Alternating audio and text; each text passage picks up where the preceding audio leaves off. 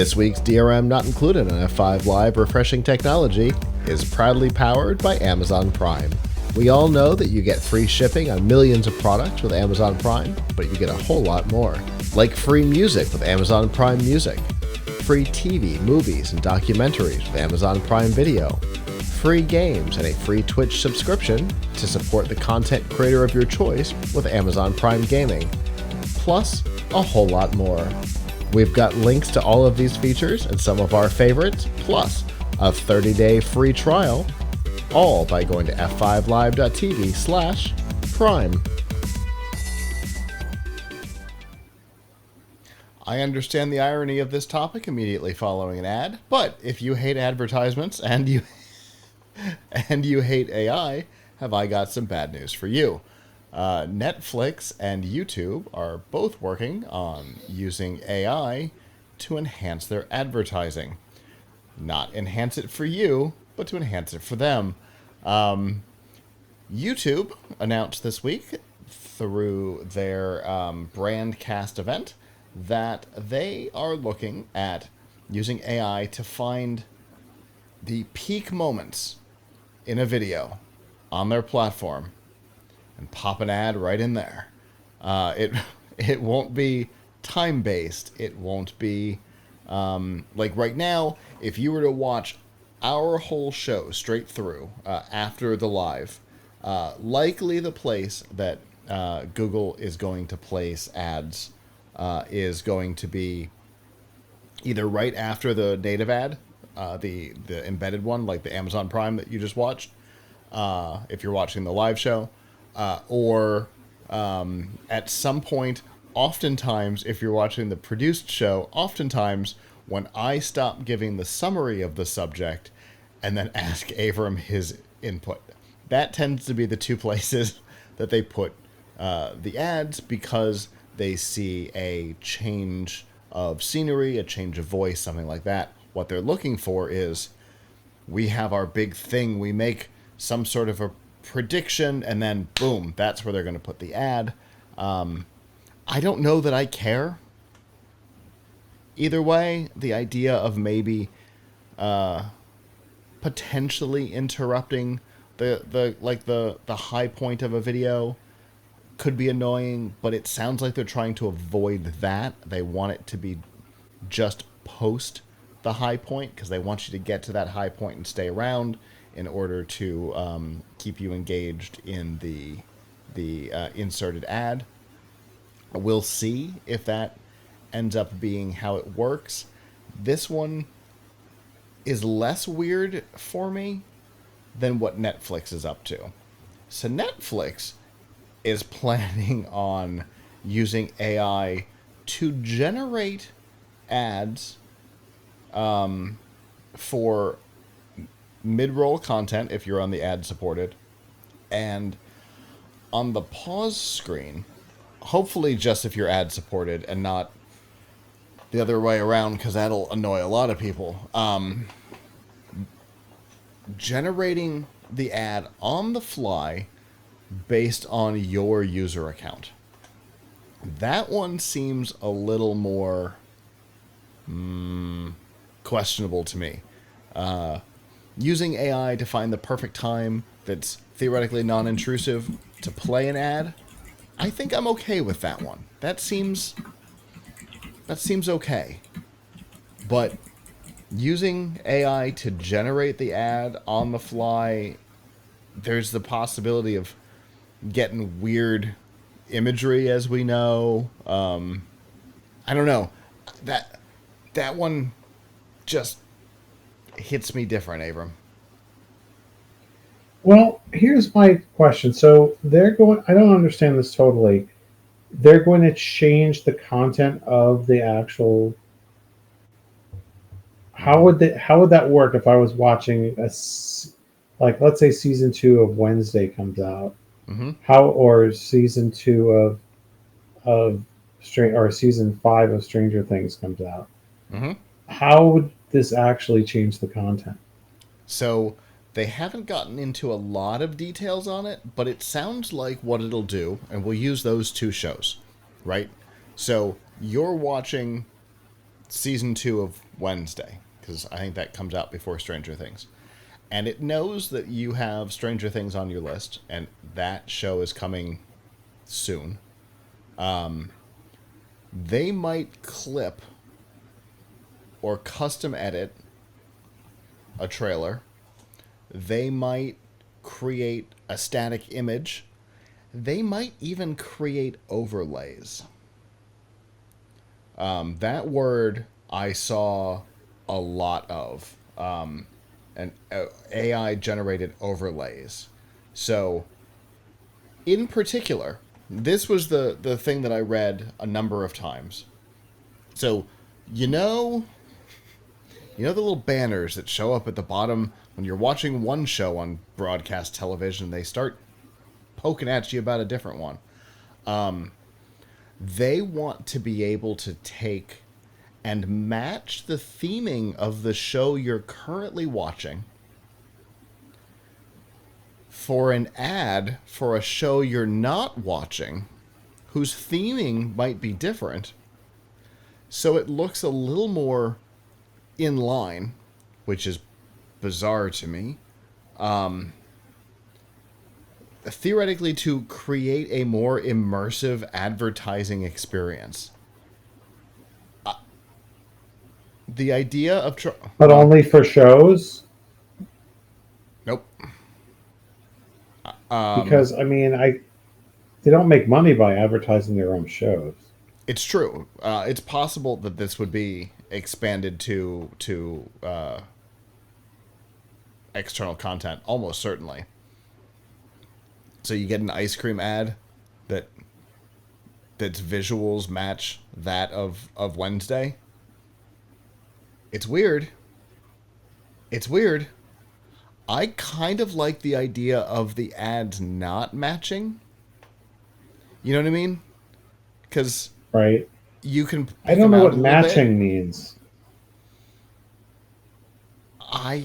Is it going to be purple if the scene has purple in it or something? Mayhaps. I don't know. They haven't given us enough information on this, and there's so many odd possibilities, and Netflix has kind of leaned into odd possibilities in the last year or so. Look at some of the games they've commissioned. So I don't know. It just, this one I have a weirder feeling about. I mean, I guess we'll see. I feel like some of these things may just be ads, and they're using the word AI to try and, like, so many things that are allegedly AI are just computing and software. And are they really, like, first of all, there will certainly be, if they're not already, plenty of video ads that were made using generative AI. So, sure. But they don't need Netflix. But advertisers don't need Netflix to support that, because all they need to do is make their ad using generative AI. I mean, right now the quality would not be very good, but maybe if they put some Gen AI in it, they could, but that's not even like matter. It doesn't matter very much to the consumer. Like, they, is your message reaching them or not? Right. Right. That's all that really matters, is whether it's the commercial is effective or not. But as far as, like, trying to make it look like the content, I don't know. I mean, unless they can do something that is really seamlessly integrated to the product, like, which to the point of being ridiculous, like, at some point in the thing, Jenna Ortega turns to the camera and is like, I want some Cool Ranch Doritos. Right? Unless they have some type of, like, ridiculous product placement. It's not, nothing they can do is going to be that interesting. And trying to make it look like the aesthetic of the show, I mean, okay. I don't even know if that's AI. I mean, if it changes the color because it sees a color palette in the show, or if it, I mean, I don't even know. it seems to me like they're just throwing the word AI around. What they really Yeah, that mean could is be. more obtrusive advertising. Yeah, more, and that's the thing that I see with it is that if they're trying to match aesthetics or whatever, right? First, I feel like the brands might have a problem with it, right? Because brands that are advertising spend a lot of time perfecting every frame of their ads to get exactly the response they want. So Right. I feel like it'll be a struggle to get the brands on board with the idea of altering aesthetics to match content, especially with Yeah. overlays. But I also feel like if we're doing something that is theoretically more seamless or more matched to the aesthetic, it makes it less obvious what's happening, and for me that's annoying, like as a viewer. But it's also one of the reasons why I don't have any ad supported streaming platforms, because, and I get it, we started this thing with an ad, but we do this for you for free. You can pay to not have them. youtube.com/at PLUGHITZ live. You can buy the ads off the top of this. But I I'm the person who does pay to have that removed because ads in general just annoy me. But when they're too integrated, I start to move away from content. Yeah. I mean, I guess having the annoyance of ads is something that I live with. It's not necessarily good. Um, I mean, I can see why people pay to avoid ads. In a way, this could be a strategy to really differentiate the ad product from the not ad product. Like it, True. you really, really gotta be annoyed by this ad product. Um, We're going to be as so pay for the obtrusive and annoying as possible, so you will pay us to remove so it. so you'll pay to remove it. They I mean, I guess they need to do that if they had an ad tier. I'm I just think I spend too much on streaming as it is, so I don't pay for anything above the minimum tier. Sure. Um, but it can be annoying for sure. So live with it. I don't know, or don't live with it and pay, or don't live with it and pay more. There's also a lot of there's also a lot of great streaming content that is absolutely free, Mm-hmm. that comes with ads, and you don't have to pay at all. Yeah. Like I'm not saying it's like the best of the best, but here at my house we discovered all these Roku channels that are like there's like dozens or hundreds of them that just play the same thing constantly. So like if you want to watch every episode of Doctor Who, there's a Roku channel for that, and they have ads that come on periodically. But hey, that's the cost of getting it free. Um, So it's interesting you say that, because like Roku has specifically gone into this new space, right? Of kind of focusing in there. They bought that one streaming service that had uh, that brought Reno 911 back. That was in the shorter clips. And one of the possible topics for this segment tonight was that they just bought this really inexpensive streaming platform this week, and like they're focusing on this cheap and free streaming option, because again, there is a market for it. I'm not always it. Sometimes I am. I definitely watched all the Reno 911 on the Roku channel. Right. But yeah, maybe you're right. Maybe what they're trying to do is to put together a bigger differentiation, and maybe even test to see if this concept is more engaging or less engaging for their advertisers, Yeah, which I may or mean, may not look, be themselves. yes. I mean, we'll see how annoying it gets. I probably will not spend more to avoid it. If it gets too annoying after Stranger Things 5 comes out, I will cancel. I will cancel Netflix altogether, but I have to hold on to it till then. Yeah. It has, Um, that possibility has been right at the tip of your mind for a long time. yeah, I mean, honestly, I don't watch Netflix very much at all.